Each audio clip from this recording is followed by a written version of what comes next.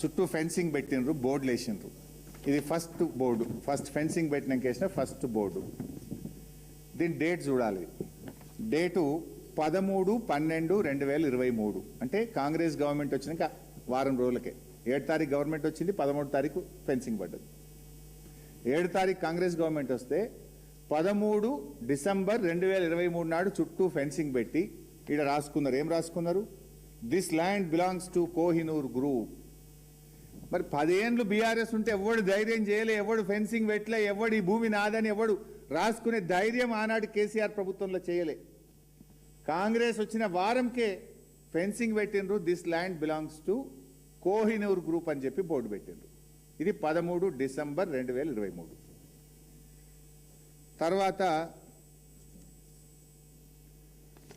31 March 2026. ఇందులో ఏముంది? This land belongs to MEIL and Shilpa infra. MEIL and Shilpa infra. ఇటు పక్కన ఏమున్నది? Development by MEIL and Shilpa infra. Property belongs to Kohinoor group. Development ఎవరు చేస్తుండ్రు? MEIL and Shilpa infra. Shilpa infra ఎవరిది? Shilpa infra ఎవరిది? పొంగులేటి శ్రీనివాసరెడ్డి కొడుకుది. శిల్పా ఇన్ఫ్రా ఎవరిది? రాష్ట్ర రెవెన్యూ మంత్రి పొంగులేటి శ్రీనివాసరెడ్డి కొడుకు గారు డైరెక్టర్గా ఉన్న కంపెనీ. ఇది ఎప్పుడు పెట్టినరు? 30 మార్చ్ 2026. కరెక్ట్గా అదే టైంలో మేము మైనింగ్ స్కామ్ అసెంబ్లీలో తీసినాం 28 తారీఖు.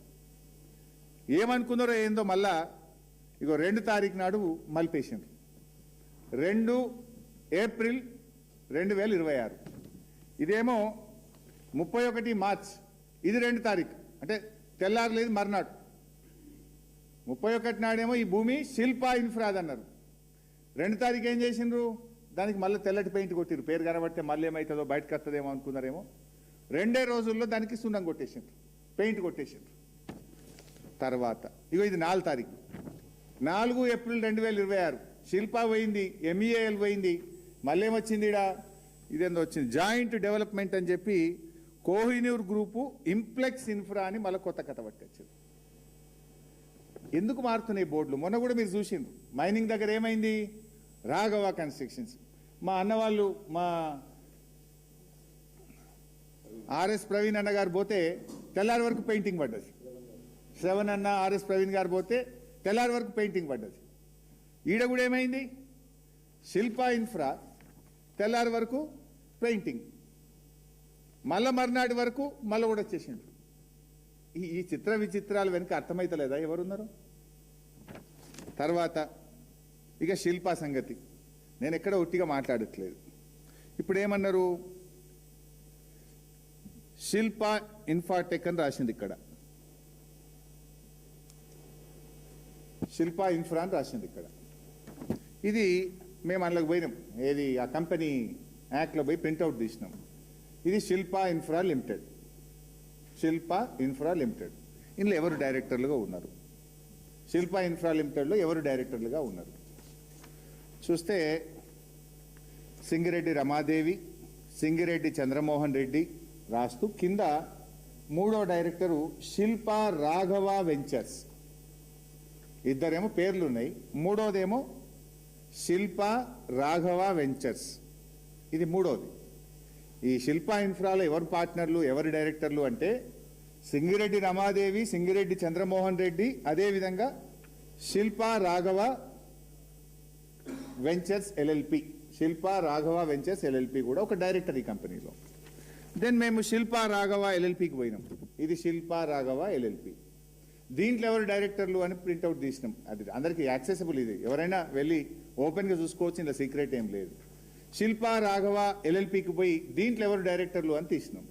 దీంట్లో తీస్తే ఎవరు వెళ్ళినరు అంటే పొంగిలేటి హర్షారెడ్డి, పొంగిలేటి లోహిత్ రెడ్డి, పొంగిలేటి సప్నీ రెడ్డి డైరెక్టర్.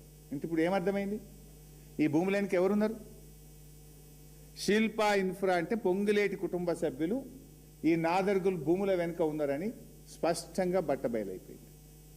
రెండవది, ఇందులో కామన్ డైరెక్టర్ ఉన్నారు. మళ్ళీ ఒక 2 పేర్లు. ఏవి? సింగిరెడ్డి చంద్రమోహన్ రెడ్డి, సింగిరెడ్డి రమాదేవి అనే 2 పేర్లు అందులో ఉన్నాయి, ఇంట్లో కూడా ఉన్నాయి. అంటే దీన్ని బట్టి ఏమర్థమవుతుంది ఈ భూముల వెనుక? అందుకే ఆర్డీఓ ఎందుకు కొట్టేస్తలేడు, హైడ్రా ఎందుకు స్పందిస్తలేదు అంటే రెవెన్యూ మంత్రి కుటుంబ సభ్యులే ఈ భూముల వెనుకున్నాక ఆర్డీఓ కదులుతాడా? రెవెన్యూ మంత్రి కుటుంబ సభ్యులే ఉన్నాక ఇక పోలీసు వాళ్ళు, ఇప్పుడు అమ్మ చెప్పింది ఏమన్నది, మన కౌసల్య ఏమన్నది, కౌసల్య కానీ మమత కానీ పోలీసు వాళ్ళు వచ్చి మమ్మల్ని బెదిరిస్తుంది సార్, మా మీద కేసు పెడుతుంది సార్ అన్నారు. అంటే భూములు రక్షకులే భక్షకులు అయిపోయింది. రక్షించాల్సిన రక్షకులు కబ్జాదారుల పక్షపాతం వహిస్తున్నారు, కబ్జాదారులకు కొమ్ము కాస్తున్నారు. అందుకే భూములను కస్టోడియన్గా ఉన్న ఆర్డీఓ, ల్యాండ్ రెవెన్యూ ట్రిబ్యునల్ చైర్మన్గా ఆ భూములను కాపాడాల్సిన ఆర్డీఓ మౌనంగా ఎందుకుంటున్నాడు? పైన రెవెన్యూ మంత్రి గారి కుటుంబ సభ్యులు ఉంటే పాపం చిన్న అధికారి ఆర్డీఓ ఏం చేయగలుగుతాడు?